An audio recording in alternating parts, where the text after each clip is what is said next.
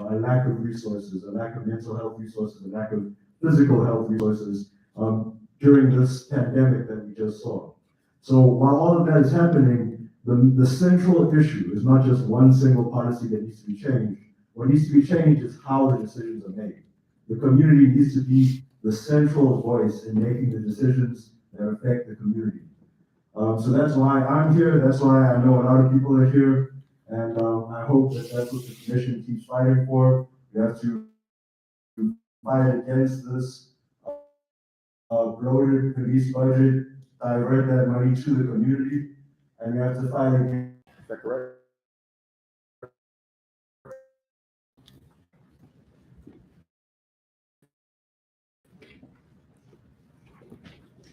Good evening, everyone.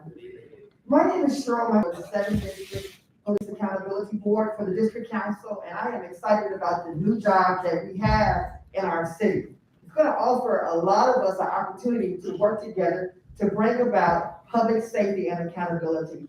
And so that's the reason why I'm here tonight, to find out more, what can we do to help us help ourselves.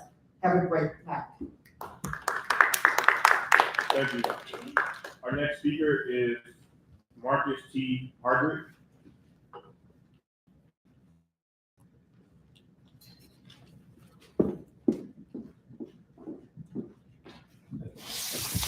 Marcus T. Hardwick, it's HARGRETT. I'm representing a bunch of retirees from Cook County Sheriff's Office, Department of Corrections, and Court Services. In 2004, there was a law passed that any retired law enforcement officer could carry a concealed weapon nationwide. Here in Cook County in the state of Illinois, they have been saying that corrections and court deputies are not law enforcement officers, more retired law enforcement officers. The governor put that to rest in May of last year. He signed a law that went into effect on the 1st of the year. And at this point, the Cook County Sheriff, we do not require that. So I would like to know from the Chicago Police, would I be subject to arrest if I was to carry a concealed weapon, as the training board is saying that it's not required? And I cannot get an answer on that. I've also addressed this question with the state police. Well, I tried to address it with the state police. They won't answer any of their phones. I tried to address it with the Cook County State's Attorney's Office. They said they will get back to me. So I'm still trying to find out an answer to that question.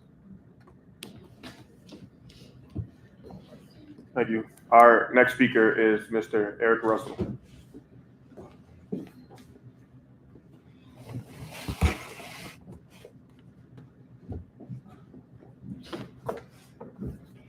This is just absolutely joyous day for us. You know, really happy day. And what makes us so excited about this historic day is that today, somebody early voted for police reform. Today, somebody early voted for police transparency. Today, somebody early voted for police accountability. That is the will of the people. This police district council race, it was not something that was publicized or promoted by this administration or the police department. But what I do want to say is that although community control of the police department wasn't promoted by the city or the Chicago Police Department, I want everybody in the district candidates to be encouraged, because the will of the people, because we have a grandstand sort of cheering for us in the sky. Rekia Boyd is cheering for this day. Betty Jones is cheering for this day. Ronnie Man Johnson is cheering for this day. We got here because the prevailing opinion in Black and brown communities is that the police, they no longer serve and protect us. They pursue and execute us. And that's how we got here today. So just let me address the elephant in the room. And if you are a police district council candidate, please stand up. If you are a police district, and join me, comrades, in by saying, help is on the way. Help is on the way. Help is on the way. Help is on the way. Help is on the way. Help is on the way. Help is on the way. All power to the people. All power to the people. How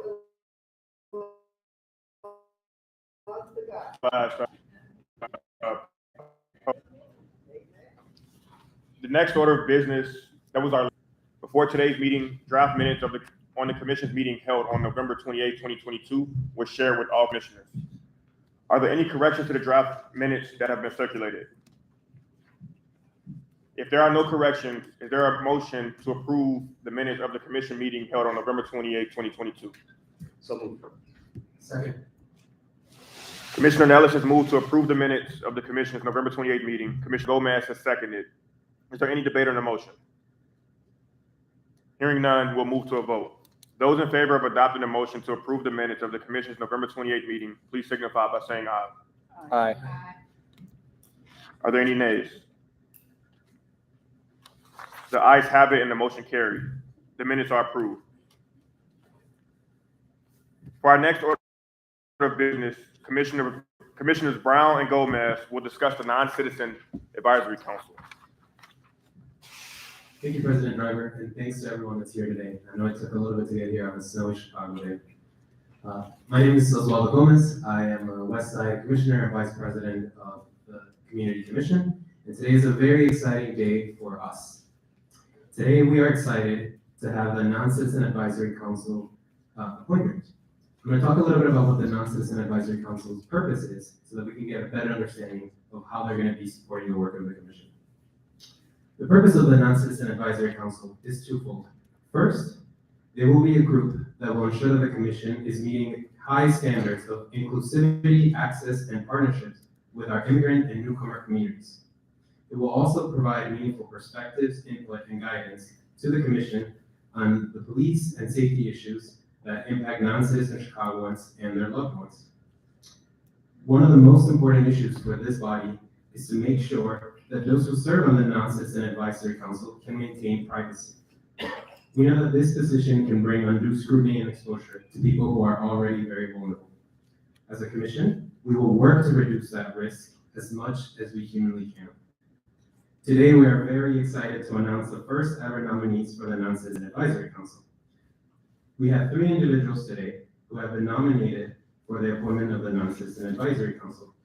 These folks offer a diverse perspective, both in their personal and professional experiences. This first set of appointments represents part of the process, but not the end. We have continued to receive applications, and we're still working on recruiting more folks to this body. Now, we're particularly interested in expanding language and cultural diversity to make sure that this body is representative of all Chicago. Now, I'm going to introduce some of these folks very briefly, but this is not their entire resume, nor is the bulk of their entire work. Glo Choi is a local community organizer and leader in the Korea Chicagoan community that has served in many roles and has partnered with many organizations throughout the city of Chicago. Ariana Correa currently serves as a program manager for the Lieutenant Governor and has a deep history of involvement in the community and many advocacy groups throughout Chicago. And Mayra Gomez Santana is a long-time public servant focused on public safety issues and has most recently served as a community advocate and connector that helps ensure that victims of violence and crime are provided with the resources that they deserve. Now, in accordance with MCC 280-0501, Section I, that's a part of the ordinance in case anyone's wondering, I move to confirm Glo Choi, Ariana Correa, and Mayra Gomez Santana to the Non-Citizen Advisory Council. Second. I'm sorry, don't know. Commissioner Gomez and Commissioner Brown seconded the confirmation of the following 3 members to the Non-Citizen Advisory Council. Glo Choi, Ariana Correa, Mayra Gomez Santana. Is there any debate on the motion? Hearing none, we'll move to a vote. Did we get the papers or weigh in? No? No. Because it makes no sense. If we have an election. Hey, excuse me, or we Eric, have Eric, district Eric, council people, Eric. Why have There's somebody- this, I hear you, bro. I will call you after we will talk about this. There's no debate on this right now. But y'all watering it down before it even starts. It is a mandate of the ordinance, and we're going to move on with the meeting now. Those in favor of adopting a motion to confirm the selection of Glo Troy, Ariana Carrera, and Myra Gomez Santana as new members of the Non-Citizen Advisory Council, please signify by saying aye. Aye. Those opposed, please say nay. Hey, The ayes have it, and the motion carries.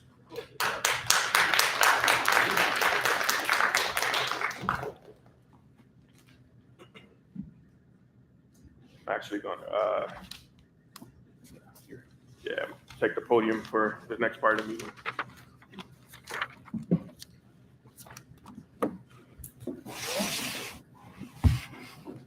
Can everyone hear me? For the next order of business, we'll be introducing a proposed police department directive related to policies about collecting and maintaining information about criminal enterprises and gangs. Then we'll provide an update on the status of the goal setting process and vote on whether to approve goals for the police superintendent, the COPA Chief Administrator, and the police board president. Then we'll discuss the status of the commission's efforts to fill vacancies on the police board. I will start by presenting the commission's policy proposal on policies about collecting and maintaining information about criminal enterprises and gangs. And for those unfamiliar with the CEIS system, that is a revamped version of the gang database. Before we grab our remarks.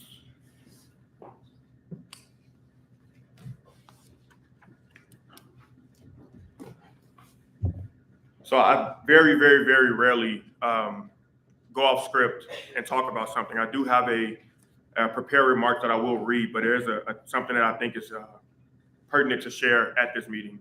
A little bit about how we got here. The commission was seated the last day of August, I believe, August 31st, September 1st or 2nd. We first got together as a group. Very shortly after that, we were notified that the police department was going live with a new revamped version of the gang database, and that we will be briefed on it a couple days before it goes live. After that, we immediately sent a message to the police department and asked them not to do that, to come back to the table and work collaboratively with us. They agreed to that. We began discussions on it. Shortly after that, they released another version of it for public comment. And there is no timetable that we've been notified of to go forward. We've also requested meetings about what's the status of the database, and we have not been informed about what the future plans of it is. That's why the commission felt it important to introduce our first policy directive in regards to the gang database. So a little bit more background. There's a big discrepancy between what is a general order and what is a special order. The commission, the Community Commission for Public Safety and Accountability, does over special orders. We do have jurisdiction over general orders, which supersede special orders. 3 superintendents, including Superintendent Brown, have always introduced the gang database as a general order, which means it falls under the commission's jurisdiction. This most recent version, which was put forth after the commission, the ordinance that created the commission was passed, is introduced as a general order. And therefore, the working knowledge is that this commission does not have authority over special orders, and therefore cannot, weigh in on this gang database. Going back and even, taking more of a point of privilege, I would like to talk about a personal story with myself that actually just happened to me. When I walked into this meeting today, the vast majority of commissioners said, "We haven't heard from you. Where have you been? I've been texting you, I've been calling you. Are we still good?" Everybody was concerned.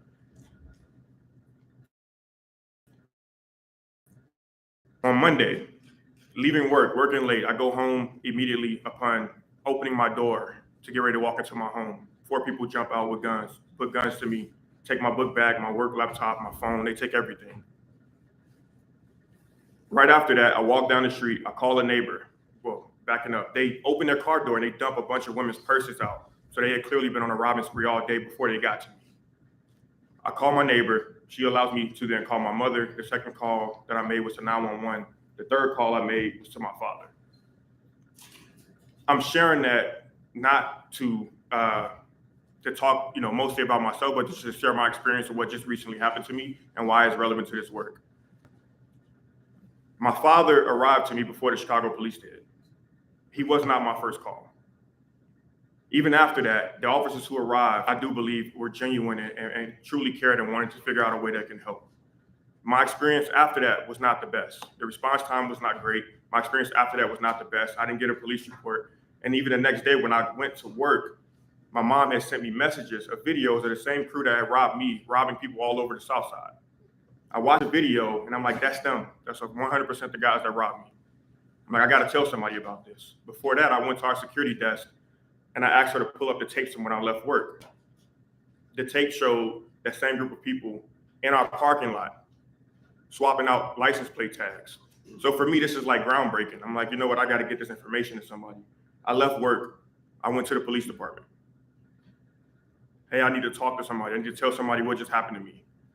I don't know who's assigned to my case. The piece of paper that I was given only has my name on it. There's no phone number. It's a number that is like a case number. There's no information on that.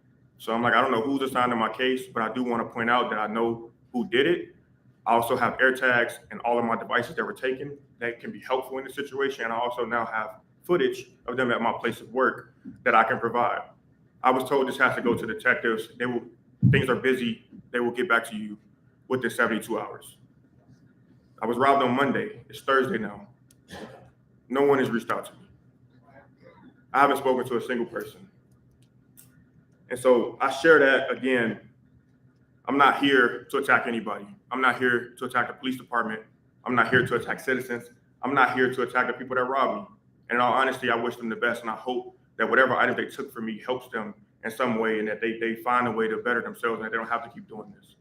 But I also do recognize that I have a place of privilege in the sense that I do have a position in the city of Chicago. I also have an employer that if I told them I needed a month off work, they would give it to me. I can also pay and I can afford to buy back all of the things that were taken from me. If I didn't want to go to work the next day, I didn't have to. I have great health insurance. I can go to therapy every day of the week. But what really breaks my heart about this whole situation is the 4 persons that were thrown out in the street and wondering whether they have that same privilege. I imagine some of those folks might have to go to work tomorrow. I imagine some of those folks don't have access to therapy. I imagine some of those folks don't have the money to pay for money in order to pay to get a police report. And the most heartbreaking part for me is that what happens to them after this? I have an opportunity to get myself together. I also I enjoy a level of access that not a lot of people have. And so I share that, and it's directly related to the gang database. What I would rather be spending my time on with my fellow commissioners and as the president of this commission is doing things like community engagement, figuring out ways to get our clearance rates up and our response times down, figuring out ways to work collaboratively with one another to make our city a safer place. But instead, for the last 4 months, we have been having back-to-back meetings, discussing amongst ourselves and spending a large majority of our time fighting against the resurrection of a racist gang database that no one can coherently or intelligently speak to and tell me how it makes our city safer. So I want to be clear about this database and the harm that it's caused. I think it's important that we name that. The gang database, as we know it, is a racist policy. It is a policy that has harmed people. My father is on the gang database and has never been in a gang day of his life. He was denied a concealed carry permit because he's on the gang database. 90+% of the people on this database are people that are Black and brown. There are no hate groups on the gang database. The Proud Boys are not on the gang database. It's almost unanimous in the city of Chicago. Even officers who I talk to don't want this gang database. And I really, truly believe that it's disgusting we spent the last 4 months fighting against a policy that nobody thinks should exist in the first place.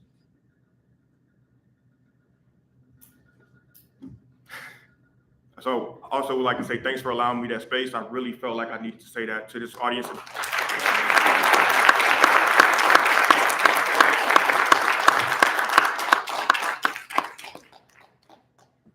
Those are the things that this community commission was created to do. And also there's been a lot of debate about the scope, power, and authority of this commission. And I want to be clear about the way that I see this commission because I was there when it was created, fighting to create this commission. The power that this commission has does not come from ordinance. It does not come from the mayor. It does not come from the city council. It comes from the more than 140,000 Chicagoans who fought for over a decade to create this commission.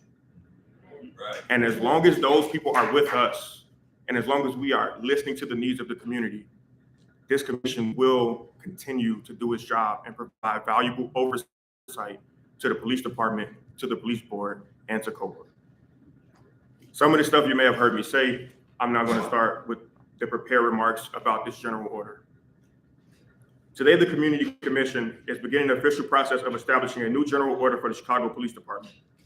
The proposed order says that CPD must get commission approval for any policy about collecting or using information on criminal enterprises and gangs. That would include the proposed Criminal Enterprise Information System, or CEIS, otherwise known as the Gang Database. The purpose of this order is simple. It ensures that residents of Chicago have a voice when decisions are made about whether CPD should have a gang database, and if so, how that database should work.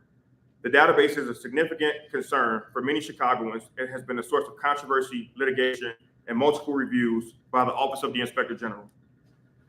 At the heart of the ordinance creating the Community Commission is the idea that we will get better police department policies if the policies are made more democratically. The ordinance says that the commission was created to ensure the police department policies and practices are rooted in community needs and public input.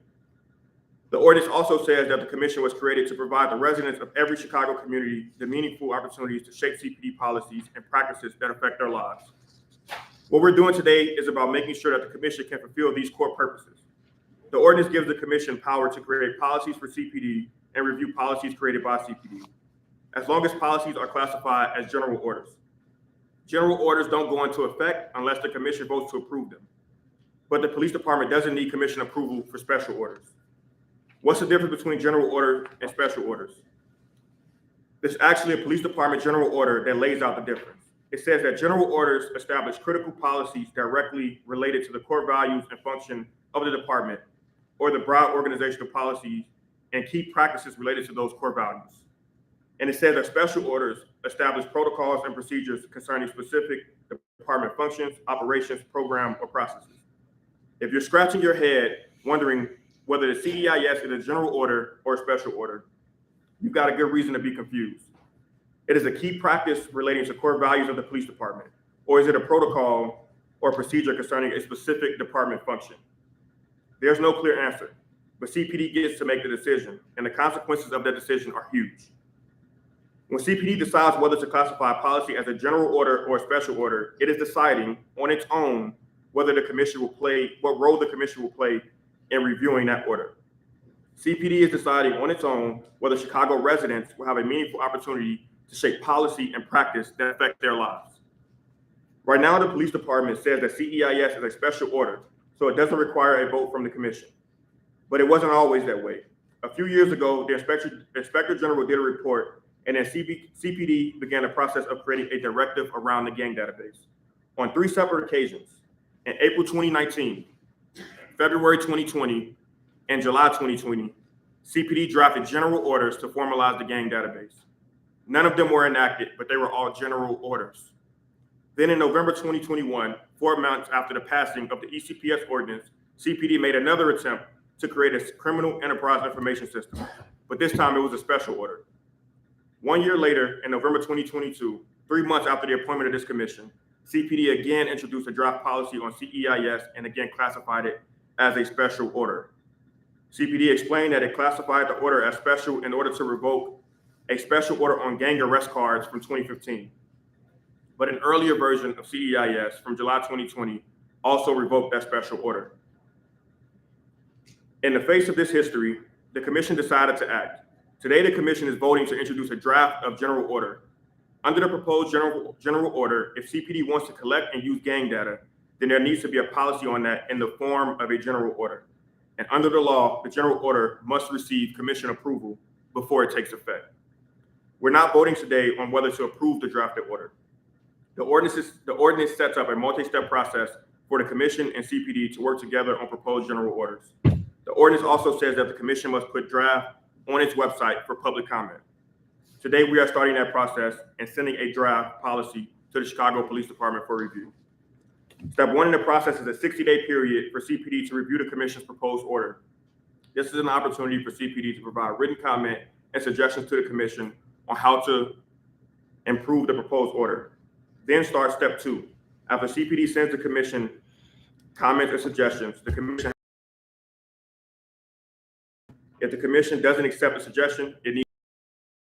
Step 3 starts once the commission sends its response. At that point, if the commission and CPD are satisfied with the proposed order, then after the public comment period, the commission can vote on the proposed order at a public meeting. If concerns remain, then the commission and CPD will work together again for 30 days to try to resolve the differences and reach an agreement. At that point, whether or not the commission and CPD have worked things out, the commission can vote on it. We look forward to working with the department and to get public input on this proposal. We encourage everyone who has an opinion about the proposal to make their voice heard. We're going to make sure that the commission plays a vital role, and therefore the community plays a vital role in what was designed with issues like the gang database.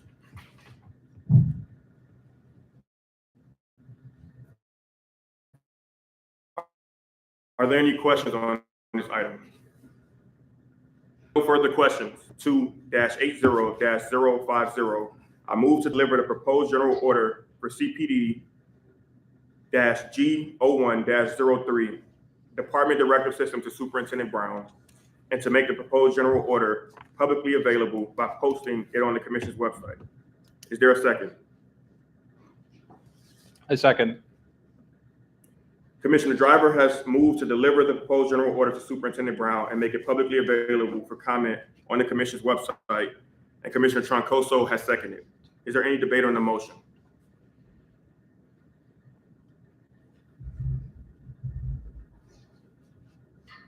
Debate or y'all good? Yeah. Just moving the mic. Yeah, I'm sorry. No, it's okay. All good. Those in favor of adopting the motion to deliver the proposed general order to the CPD, please signify by saying aye. Aye. Are there any nays? The ayes have it, the motion carries. Our next order of business will be the consideration and approval of the goals for COPA Chief Administrator, Police Board President, and the Chicago Police Superintendent.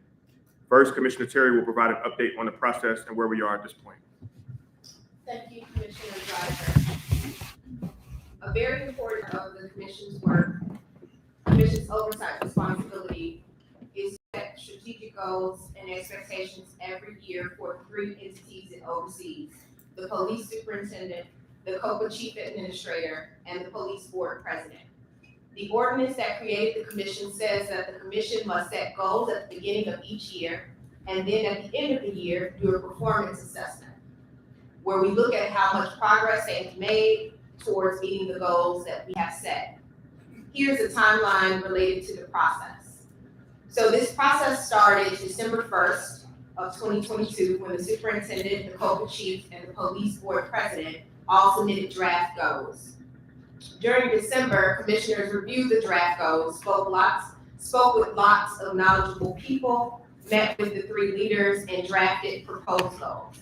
At the end of December, after holding discussions with each agency, the commission gave the superintendent, the chief administrator, and the police board president the commission's proposal for the goals for the next year. So since then, CPD, COPA, and the police board then had a 2-week turnaround to propose changes to the commission, to what the commission had laid out. The commission has taken that input, along with input submitted by the public, to draft goals, which will be discussed today. The final goals will be available on our website at the beginning of February. This mandated process is the first step toward evaluating each agency head at the end of the year. These evaluations will be based on the standards established within the final goals. As part of the year-end assessment, the commission will do a written evaluation of the progress the superintendent, the COPA chief, and the police board president have made toward reaching the goals. Thank you, Commissioner Terry. We will begin by calling Commissioners Brown and Loizon to discuss goal setting for the Chief Administrator of the Civilian Office of Police Accountability. Thank you. I'm Beth Brown, and with Commissioner Yvette Loizon, we are working on all matters pertaining to COPA and our jurisdiction under the ordinance. We have been meeting on a bi-weekly basis with COPA's Chief Administrator, Andrea Kersten. During those meetings, Chief Kersten invited various members of her senior staff to present on COPA-related policies, procedures, and practices. Over the course of the past 2 months, our meetings have also included substantive discussions about the Commission's 2023 annual goal and expectation setting process for COPA's Chief Administrator. From the outset, the Commissioners have taken this responsibility with the seriousness it deserves and requires. While the ordinance compels the leaders of these public safety organizations to participate in this annual process, we are appreciative of how responsive and engaged Chief Kersten has been in this effort from the beginning. While the Commission sets and measures progress towards completing annual goals, this process functions best when both parties are truly invested in this effort. Since the Commission's December meeting, Commissioner Loizan and I, along with Kersten, have completed the back and forth communications associated with the annual goal-setting process. Through this collaborative and cooperative process, we have established over 30 goals for the COPA Chief Administrator this year. These goals relate to hiring, training, staff development, communications and external affairs, legal, which primarily relate to matters concerning compliance with the consent decree, policy, research and analysis, and investigation.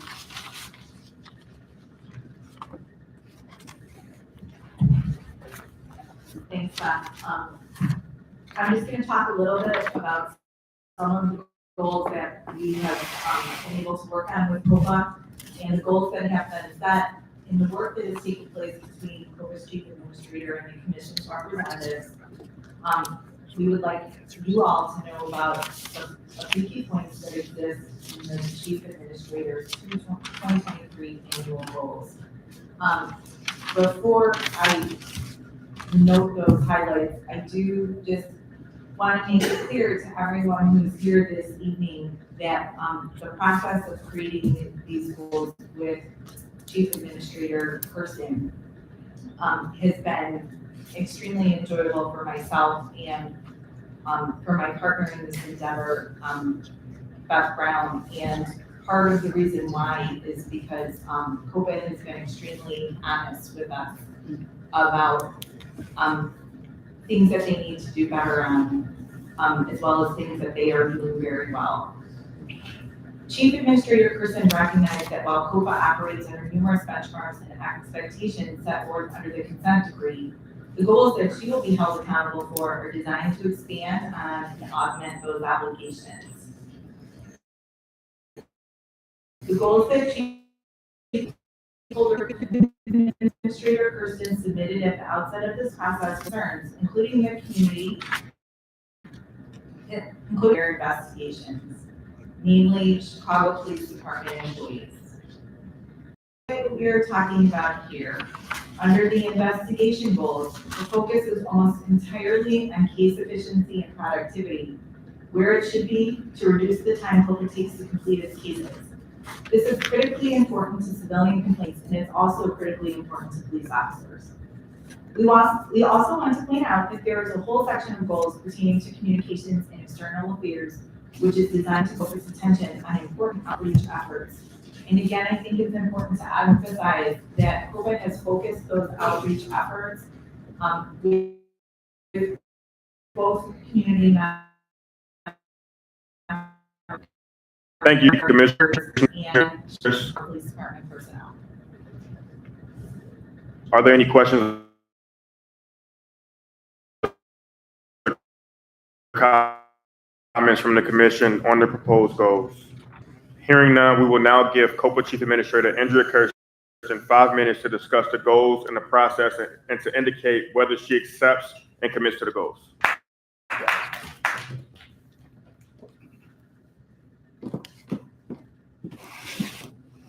Thank you, President Driver and members of the Commission, members of the public, and hopefully some future district council members, as well as superintendent. Yep. And members of CPD, it's a pleasure to be before all of you here tonight. It's an important distinction to be able to come before a group such as this and say, this is our plan for 2023. Hold us to it. We didn't take to the task of setting goals lightly, although this year it was thoughtful, it was deliberate, and it was with eyes fixed fully on the point on the horizon that we are headed towards as an agency. So what does that mean for us? COPA's core mission, and some of the language around what we've written here in our goals is up before you, but our core mission, our most critical objective is, of course, investigations, closing them fairly, equitably, swiftly. In order to create achievement of that goal, we have to have a fully functioning communications message around the work that happens in our investigations. Not a whole lot is going to change from public perception.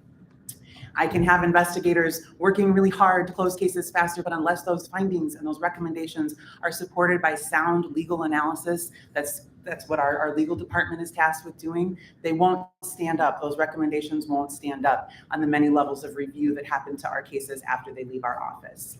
And then lastly, with anything that we do in this space, the goal, of course, is to investigate these cases quickly, fairly, efficiently, and hope that the outcomes of these cases lead to less misconduct, right? And so the work of our Policy Research and Analysis Division, being able to say, what are the lessons we learned from these cases? Not just the sustained ones, not just from the things that are clear problems, but where are there breakdowns in communication? If every month I come before the police board and say our single highest kind of complaint every month is Fourth Amendment, but that's not our single highest kind of sustained case, what does that mean? We need to figure those kinds of questions out, and that will be the work of the Policy Research and Analysis Division. So the goals were deliberately spread across the entire agency because it is the entire agency that works as a whole in order to support our investigations and their output. It was an easy task to work with our COPA committee in trying to refine those goals. Some of the things that I thought you both suggested that made them perhaps even more beneficial was framing them a little bit, making them very core to what our mission is and our vision as an agency. And for the public and those that may not know, our mission was given to us by City Council. It's in our ordinance. We have clear objectives. And so being able to take the ideas we had as goals and connect them to how they serve our broader mission was the work of sort of refining COPA's goal setting process. But I fully intend to live up to these goals to the best of my abilities. I have engaged every member of my senior team in this goal setting process, and every department was also present for collaborating in and signing up for the completion of these goals. But it's going to take every single one of our staff members in order to live up to these expectations that we've set for each other. But as I said to all of them in our unit meetings about the work ahead, these goals, these are a floor, they're not a ceiling. We plan to exceed what we can in the places that we can. I want us to continue to make no small plans as an agency, but to try to achieve all that we can to live up to the expectations set for us by you all as community and by things like the consent decree and the ordinance that governs our work. So I look forward to achieving as many of these goals as I can in this year with the support of the community we serve and the staff that I lead. Thank you.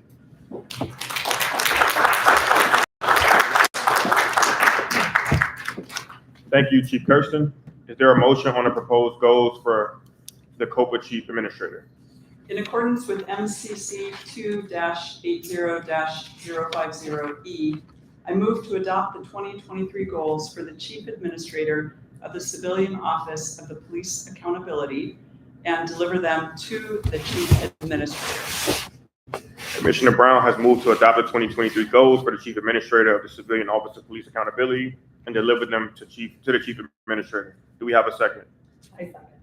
Commissioner Brown has moved to adopt the 2023 goals for Chief Administrator of the Civilian Office of Police Accountability and to deliver them to the Chief Administrator. Commissioner Loizan has seconded. Is there any debate on the motion? Hearing none, we'll move to a vote. Those in favor of adopting the motion to adopt the 2023 goals for the Chief Administrator of the Civilian Office of Police Accountability and to deliver them to the Chief Administrator, please signify by saying aye. Aye. Those opposed, please say nay. The ayes have it and the motion carries. The 2023 goals for the COPA Chief Administrator have been adopted and will be delivered to Chief Kersten. Thank you, commissioners. Next, Commissioners Loizon and Troncoso will discuss goal setting for the president of the police board. Commissioner Loizon.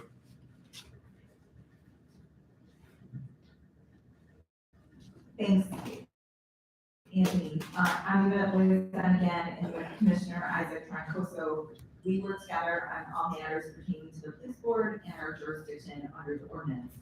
Since the commission's December meeting, Commissioner Troncoso and I met with police board president and foreman process. We have also been Paul from me regarding the annual goal setting communication with the police board team, which we believe further enhance the commission's 2023 goals for the police board president. Our direct involvement in this effort led to additional reporting, the context of consent decree related goals, and greater transparency related to delays in the completion of the police board's work that is designed to encourage all stakeholders to drive towards more efficiency. We want to convey our appreciation to Police Board President Foreman and his team for their responsiveness and the collaborative mindset they brought to the process. Just to read out some highlights from the goals in the police board, we stress the importance of a community engagement-oriented, transparent process for appealing oneself from your status as being on the Criminal Enterprise Information System, also known as the gang database, as improper placement on this database may have real dire consequences for Chicagoans, as we heard earlier in this meeting. We also created a goal that holds the police board to documenting delays in cases to prevent these exceedingly important cases from dragging on and on for the benefit of plaintiffs, defendants, and the community who all anxiously await answers. We also created a goal measuring the superintendent COPA Chief Administrator's responsiveness to the voices of the community that stand up to speak in public comment at police board meetings to ensure that voices are not only heard, but also acted upon. Thank you, commissioners. Are there any questions or comments from the commission on the proposed goals? And I believe President Foreman is stuck somewhere, right? Somebody from the staff confirm that? Anthony, he is not available this evening. He did give me some comments to make on his behalf. I had an opportunity before this evening's meeting to have a conversation with President Foreman and what he would like me to convey on his behalf regarding the goals. President Foreman kept it short and sweet. He indicated that he wanted the community to be aware that the police board is in full agreement with the goals that have been set with them, that they were very pleased and happy with the process, and that they are proud of the goals that we were able to collaborate on and set together. As one of the commissioners who worked with the police board on those goals, I would echo President Foreman's commentary on that. I think we are collectively proud of the goals that were set for the police board, and also proud of the collaboration and openness that the process entails.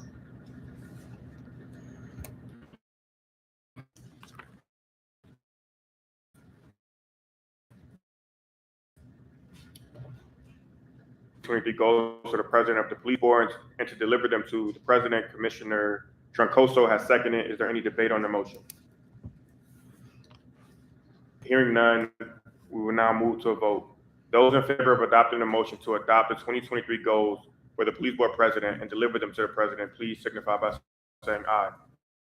Aye. Those opposed, please say nay.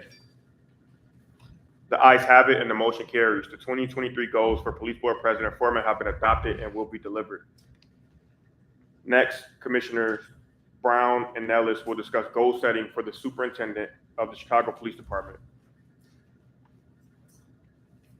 Thank you, President Driver. My name is Cliff Nellis, and along with Commissioner Beth Brown, sitting to the right of me, we were responsible for leading the goal-setting process for the superintendent. Thank you, Superintendent, for being here tonight. Tonight, we are sharing the goals that we have drafted for the superintendent and then offering them to the full commission for their vote and approval. Before we go through these goals with you, we feel it's important to share some of the process of how we arrived to where we are today, because quite frankly, it was a bit challenging.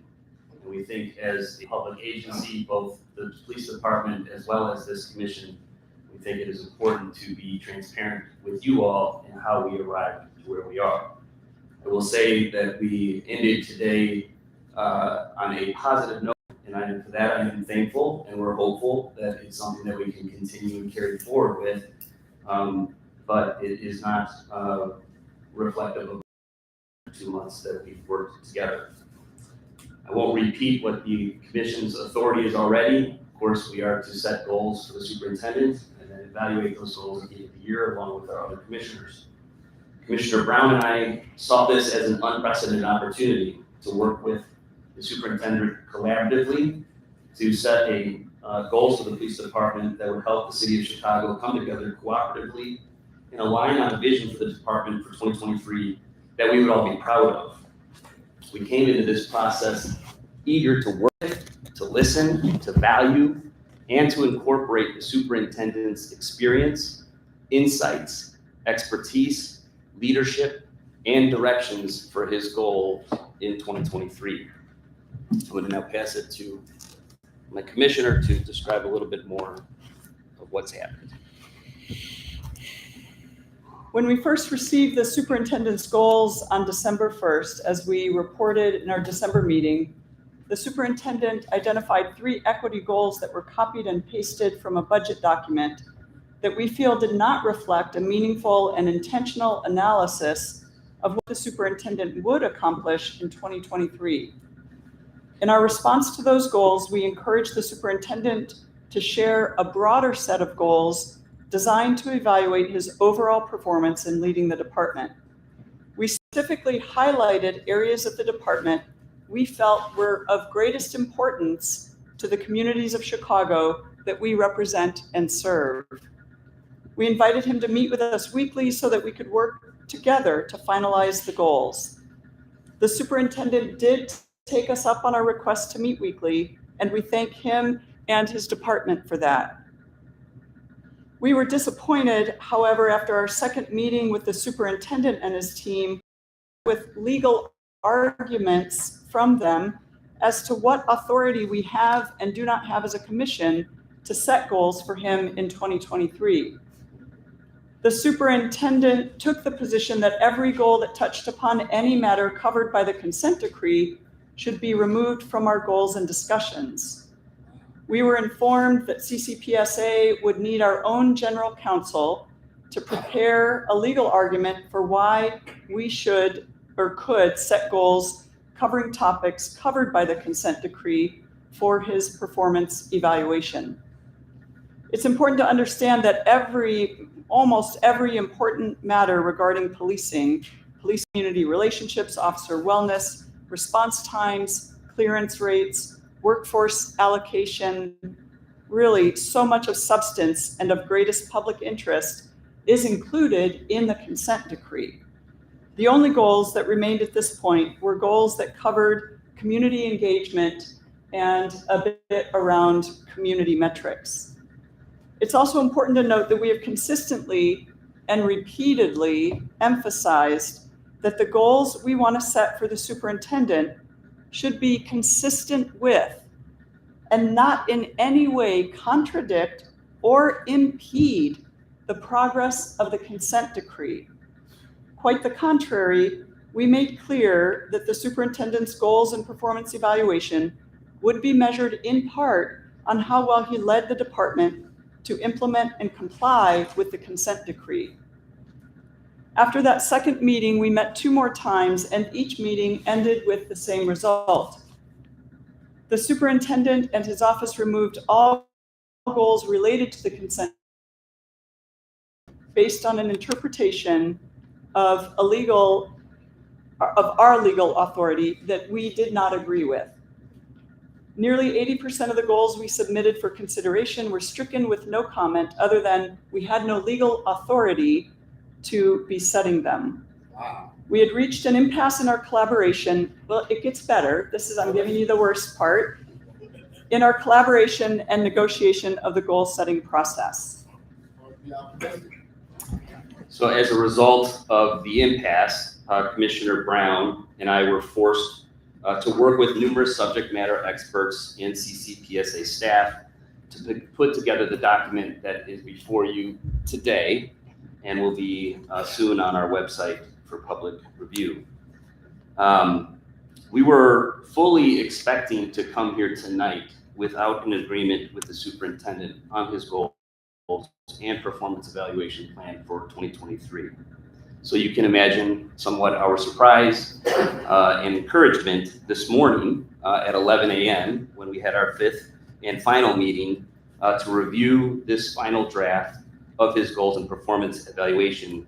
And only with a very few minor changes, the superintendent did confirm that he agrees to these goals. So we are thankful for that and hopeful that this agreement carries us forward in the original collaborative and cooperative partnership that we desired with the superintendent at the outset of this process. As we have shared with the superintendent, and we will share this with you, our goals and our performance evaluation plan is not a trick bag. It's not an attempt to get him or to paint him in either a favorable or unfavorable light. It is a genuine attempt to partner with the superintendent and the department to work together to realize a better future for Chicago and the department. But because there has been some considerable discussion around what authority this commission has to set goals and evaluate the superintendent's performance, we also want to cite some of the provisions of the ordinance that we feel are important to this issue. I'm going to cite some ordinance, which is kind of boring, but bear with me.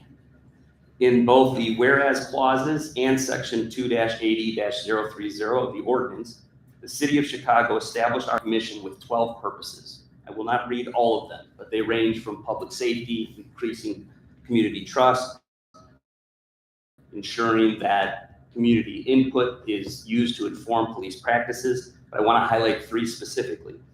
Goal number or purpose number 8, under the ordinance says to increase transparency input into department operations, policies, and performance. Goal number 10, this was taken from section 2-10, which defines terms used in this ordinance. The specific definition cited was the definition of the word policy under the ordinance, and that reads, policy means any department general order, COPA policy, or police board policy, to the extent that any said policy is not covered by or in jurisdiction of the consent decree or otherwise identified by the United States District Court as falling within the scope of the independent monitoring. So as we work to help to bring the city into compliance with the consent decree as soon as is practicable, of the clearly stated purposes of the commission. In fact, in our goal setting sheet, as you can see, we actually included a heading and a paragraph about consent decree compliance to make sure that it was clear that if any goal throughout the course of implementation of the consent decree should in any way conflict with the consent decree, we would, in our quarterly review of these goals with the superintendent, modify those goals to be in compliance and alignment with the consent decree. So at no point, in no way, would we ever be slowing down or impeding the progress, but quite the contrary, actually supporting the implementation and successful completion of it. In an effort to ensure that we were not running afoul of the ordinance that's established this commission, we also sought direction from the lead sponsors of the ordinance, the city council members that passed this ordinance and the chair of the city council committee on public safety. They responded to us with a written letter in which I quote, they said, "We worked hard for years to create a community commission for public safety and accountability with broad powers to advance the commission's broad purposes." In this letter, they further stated that the ordinance gives the commission power to set goals for the superintendent, review and provide input on police department services, review and recommend changes to the police department budget, and set goals related to matters of workforce allocation and the consent decree. We also think it's important that the public knows that under section 2-80-140 of the ordinance has a responsibility to cooperate with the commission as it carries out its powers and duties. I won't quote that, it just says that they are to cooperate with the commission as we carry out our powers and duties under the ordinance, and not interfere or obstruct with the commission as we carry out our powers and duties under this ordinance. Now, having said all of that, and I do think it was important to outline some of this for public transparency for ourselves as well as for the department, so that you understand what happened and where we are and what we believe and how we actively behave. We, I believe, did the best that we know how to do. This is the first time this commission exists. It's the first time this commission has set goals in collaboration with the superintendent, fairly, measuredly, and with reasonableness. So having said that, we were definitely surprised and encouraged today when we met with the superintendent and his team that the goals we accepted the goals that we put forth were accepted with minor changes. And so we do hope that we are going to continue working with the superintendent in his office. Throughout the rest of the year, we will have quarterly meetings to review these goals and their progress and amend them and change them as needed to conform with any consent decree or other laws, federal or state. So with that, I think we will do a brief overview of the goal setting sheet. Hopefully I haven't bored everybody already, but I'll just say that the document, if you, when you see it, is, thank you. We're not bored, we're just shocked at police position. So the, thank you, the document has 4 sections. Has purposes of the commission, which I've already outlined, the consent decree statement, which I've already overviewed, and then a vision statement, and then a strategies and goals section. And the way that the document was drafted was such that the strategies should link directly to the vision, and the goals are the specific goals that we thought were specific, measurable, attainable, relevant, timely for 2023 for the superintendent to accomplish this year. I won't go through them. In fact, I'll pass it to Commissioner Brown if you would like to highlight any specific goals or anything. I'll leave it. I'll pass the mic. Well, I think maybe on page 4, under management and infrastructure strategy, this first goal is one that today we were able to come to some agreement on, and I think part of what got us to that place was coming together. And it's basically that the superintendent update the commission on the progress of a comprehensive workforce allocation analysis. And I'm not going to read the rest, but that's the gist of it. So we're glad that we got to where we were able to get to today. I was going to just add one thing, just because I don't think the document is up for everybody, and just want you to have, this will be public, but I thought I would just highlight the categories.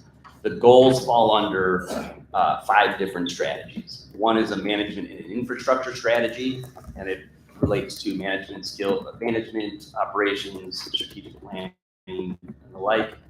Second strategy is a partnership with community. Those are mostly related to community engagement goals. Third strategy is an officer wellness strategy. It is what it sounds like. It's, we're very concerned with the police department and the city of Chicago with the number of suicides that have occurred over the last year. And first, I just want to commend my colleagues, Commissioner Brown and Commissioner Nellis. The comment I want to make is this. We've heard a lot from your presentation about what an arduous task it has been. But I do think it's important to emphasize that in the end, there's been a win for the Chicago Police Department tonight, and there's been a win for the commission. And when we both win, community wins. And so these goals have now been agreed on. They're documented, they're set. We have a commitment from the Chicago Police Department that they're going to work with us towards achieving these goals. And I just think it's extremely important that when all of us walk out of here tonight, that our focus isn't on the difficulty in getting to where we are, but on what we need to do to work together to go forward. And so again, with, much respect for my colleagues and their efforts, and with respect for the Chicago Police Department for agreeing to goals that that this is a new process. And I'm sure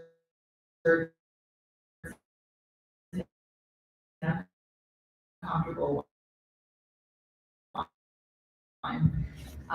for was one of the goals of the commission and improve. And in order for us to do that here tonight, particularly with respect to these goals, with the vision to work together. That's from the commission. Discuss the goals and the process and to indicate whether or not he accepts and commits to the goals. So I just wanted to express that we fully accept the set goals, but I also want to add that we also identified this concern that we were not inconsistent with the ordinance, particularly when it comes to the consent decree, and we asked for guidance from the Department of Law. You guys didn't mention that our flag was almost immediate, and that we wanted the Department of Law to be the final arbiter.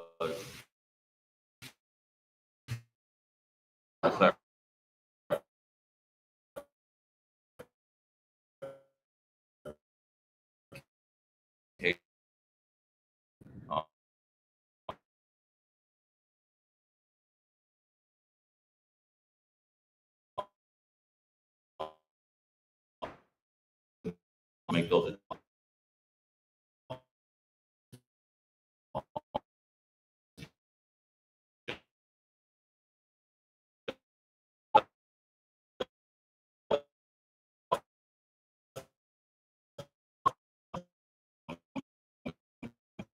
Some Adopted.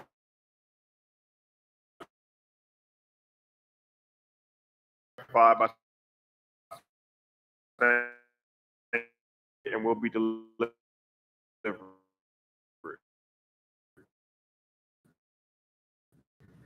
Yes, we did a process criteria.